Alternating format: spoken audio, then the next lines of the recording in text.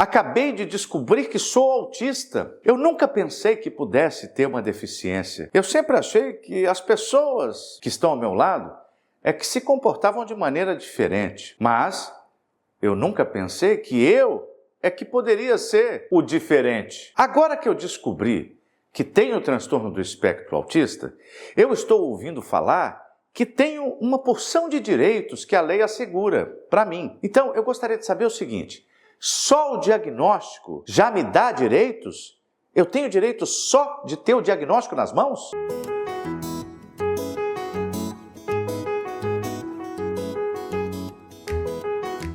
Essa pergunta é excelente, gente. Será que só o diagnóstico já me dá direitos? Será que eu posso pegar o meu laudo dizendo que eu sou autista, dizendo lá o meu CID, e já sair por aí exercendo direitos? Ou será que não é só o diagnóstico, eu preciso de outras coisas? A resposta é: depende. Não vou enrolar, não. Eu sei que tem muitos dos nossos espectadores aqui na web que têm transtorno do espectro autista e tem também TDAH. Tem muitos que não suportam assistir um vídeo até o final. Assistiu os 30 primeiros segundos e não obteve a resposta, já coloca ali nos comentários: que enrolação! Meu Deus, fala logo! Calma, gente, tem coisa que precisa explicar. E eu sei, não estou criticando aqui o TDAH, que a gente é meio impaciente. Eu também tenho TDAH. E, aliás, 80% dos autistas têm TDAH junto com o autismo. Então eu sei como é que é. Mas não se apresse, que eu vou explicar detalhadamente para você aqui. Depende, porque existem direitos que você exerce só pelo fato de ser autista, tem direitos que você precisa, além de provar que é autista, você precisa provar uma outra condição, e tem direitos que você precisa provar que é autista e tem que provar que o autismo impõe uma necessidade que precisa ser suprida através do exercício de um direito. Parece complicado, mas você vai entender facinho, porque eu vou dar 3 exemplos aqui para você. 3, e são só exemplos, tá, gente? Porque os direitos dos autistas e das pessoas com deficiência são variados em variadas áreas. Tem na área tributária, tem na área da prioridade, tem na área da saúde, tem na área da educação, tem na área do trabalho, tem na área da recolocação profissional, da reabilitação. Vixe, são tantas áreas que não daria para eu exemplificar todas elas, nem se eu quisesse. Mas deixa eu pensar aqui de supetão um direito que basta ser autista para exercê-lo.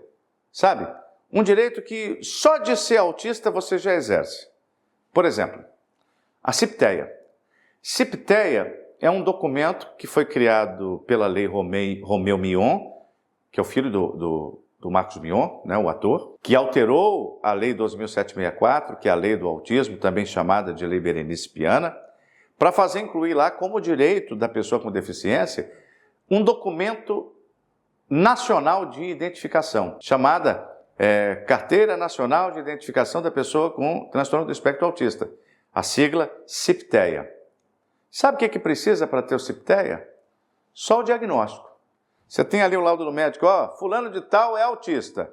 CID-10, F84, CID-11, não sei o quê, não me lembro agora o número do CID-11. Só de ter esse diagnóstico, pronto, já tem direito à CIPTEA. Precisa provar mais alguma coisa? Não precisa provar mais nada. Tem vários outros direitos que você tem só de ter o diagnóstico.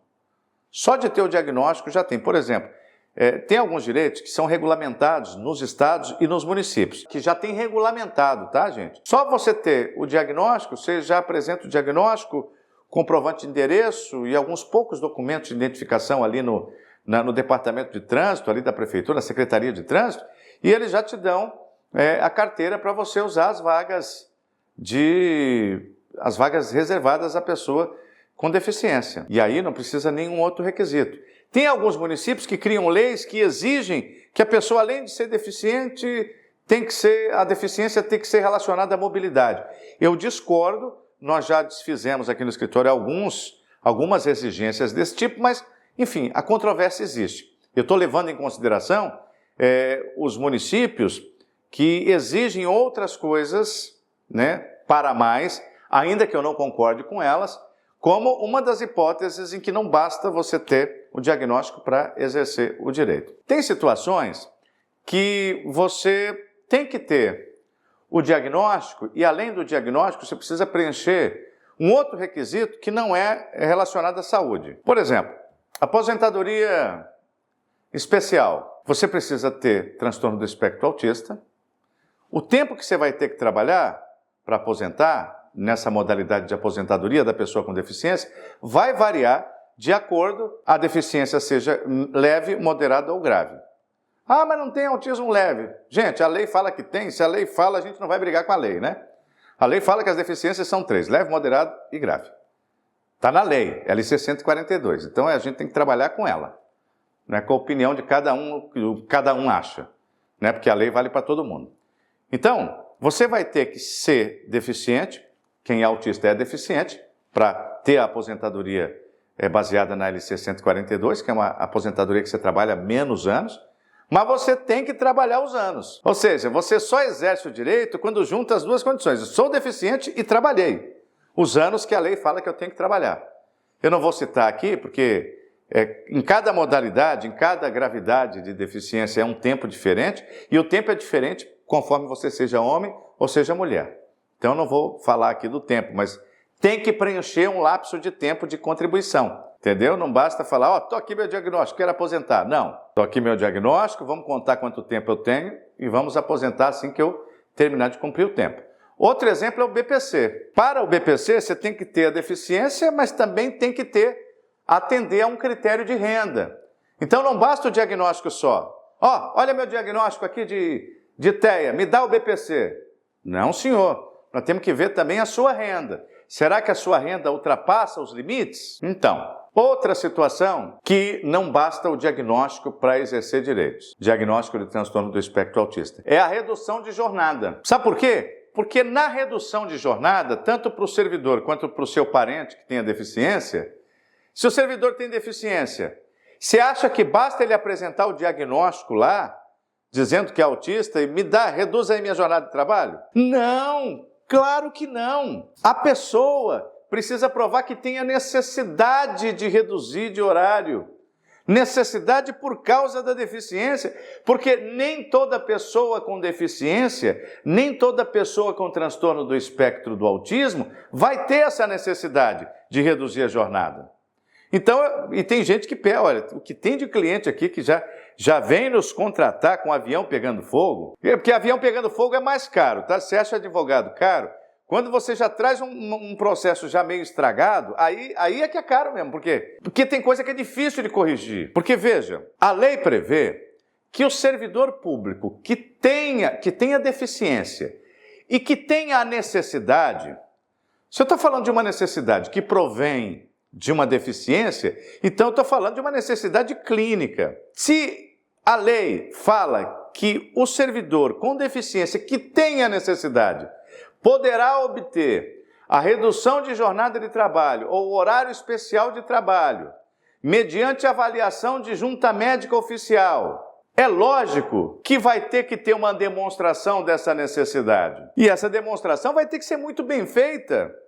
Até porque vai passar pela junta médica. Se for uma demonstração que não seja muito esmerada, a junta médica facilmente vai indeferir o pedido ou vai opinar no sentido de indeferir o pedido de adaptação da jornada laboral. Não adianta apresentar. Tem servidor que vai lá, pega o diagnóstico de autismo na vida adulta, só tem o diagnóstico, não está falando mais nada, só está falando fulano de tal é autista. Recebe F84. Aí, olha, eu quero redução de jornada. Laudo diagnóstico em anexo. Mas onde é que está a descrição da forma como o autismo se manifesta naquele indivíduo? Cadê a avaliação do impacto funcional do autismo naquele servidor? Cadê o cotejo? Cadê o relacionar da forma com que o autismo se manifesta naquele indivíduo e a sua jornada de trabalho? Para a gente ver se tem um impacto significativo, apto a autorizar a redução de jornada. Não tem.